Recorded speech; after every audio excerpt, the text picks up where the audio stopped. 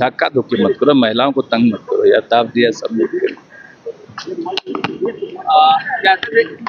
हो गया। पुष्कर सरकार का जो फैसला है उसको कैसे देख रहे हैं? क्या बिहार में भी लागू होना चाहिए पाठ्यक्रम? देखिए, हम धामी जी के इस फैसले का काफ़ी स्वागत करते हैं, अभिनंदन करते हैं।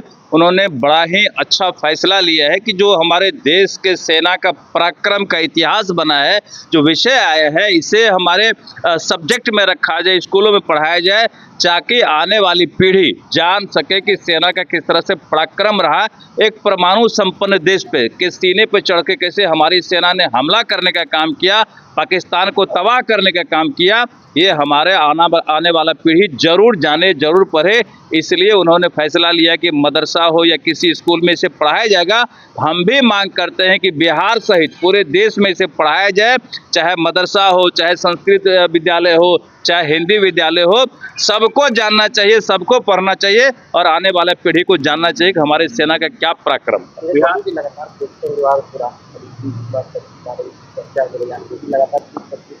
अरे देखिए, आरजेडी के जी से पानी टपक रहा है कि किसी तरह नीतीश जी आ जाएंगे तो फिर हम सरकार में आ जाएंगे। ये मुंगेरी लाल का हसीन सपना होगा, सपना देखते रह जाएंगे। और जो हाल आरजेडी का है, जिस तरह से आरजेडी ने राज्य को लूटने का काम किया, बिहार की जनता जानती है कि आरजेडी लुटेरी पार्टी है। कभी चाड़ा खा जाता है, कभी अलकतरा पी जाता है, कभी जमीन हड़प लेता है। अब वो दिन कभी नहीं बिहार में आने वाला है कि आरजेडी पुनः आएगी, चाहे कोई भी गठबंधन बना ले, कोई फर्क नहीं पड़ने वाला है। और हमारे नेता नीतीश कुमार जी, एनडीए पूरी तरह इंटैक्ट है और पुनः एनडीए की सरकार बनेगी, नीतीश कुमार जी पुनः मुख्यमंत्री बनेंगे। देखिए, लॉ एंड ऑर्डर का कोई सवाल नहीं है। घटनाएं घटती है, हम मानते हैं कि घटनाएं घटती है, लेकिन हम आपको भरोसा दिला सकते हैं कि अगर कोई घटना घटती है उसमें पुलिस एक्शन में आती है, गिरफ्तारी होगी और एसपीडी ट्रायल चला करके सजा कराया जाएगा। ये बिहार का सुशासन का अपना कानून। भाई, आरसीपी सिंह जो इसी गठबंधन में थे, जदयू को चला रहे थे, अब चले गए हैं तो तरह तरह का बात करते हैं। इनके बातों का कोई सुनने वाला भी नहीं है। तो जब उनकी सरकार थी तो क्या कर रहे थे? झाल बजा रहे थे उस समय। जब डिप्टी सीएम बने थे उस समय क्या कर रहे थे? लूटने में लगे हुए थे। 5-5 विभाग दबा के बैठे हुए थे। जनता की चिंता नहीं आ रही थी, डोमिसाइल की चिंता नहीं आ रही थी। उस समय लूटने से फुर्सत नहीं था। अब उनको तरह तरह का चीज याद आता है, दिन में तारे दिखते हैं।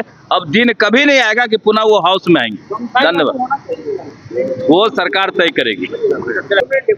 भाई, ये तो सबको पता है कि इस देश में जिन लोगों ने देश की स्वतंत्रता में अपना योगदान दिया, जो आज़ादी की लड़ाई जिन्होंने लड़ा, उन वीर सपूतों की गाथा तो पढ़ाई करा ही जाती है छात्रों को।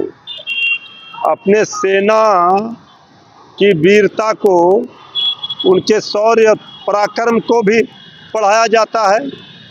यह ऑपरेशन सिंदूर के बाद जो सीज फायर हुआ, वो सीज फायर अमेरिकी राष्ट्रपति की मध्यस्थता में हुआ। ये तो भारत कभी स्वीकार नहीं किया है किसी की मध्यस्थता। इस पर सरकार जवाब ही नहीं दे पा रही है, लगातार विपक्ष सरकार से सवाल कर रहा है। तो भारत के स्वतंत्रता आंदोलन में जिन लोगों का योगदान रहा, जिन सपूतों का योगदान रहा, उनकी गाथा पढ़ाई जाती है, वीर सपूतों के बारे में बताई जाती है, चाहे कोई हो। अब ये बीजेपी वाले क्या ज्ञान देंगे? ये तो लगे हुए हैं इधर उधर की बात करने में। उनको तो बताना चाहिए ये सरकार की किस तरह नाकामी सामने आई। या अमेरिका मध्यस्थता करके सीज फायर का सोशल मीडिया पर जानकारी दे रहा है देशवासियों को। ये कबूल नहीं है कोई तीसरा देश मध्यस्थता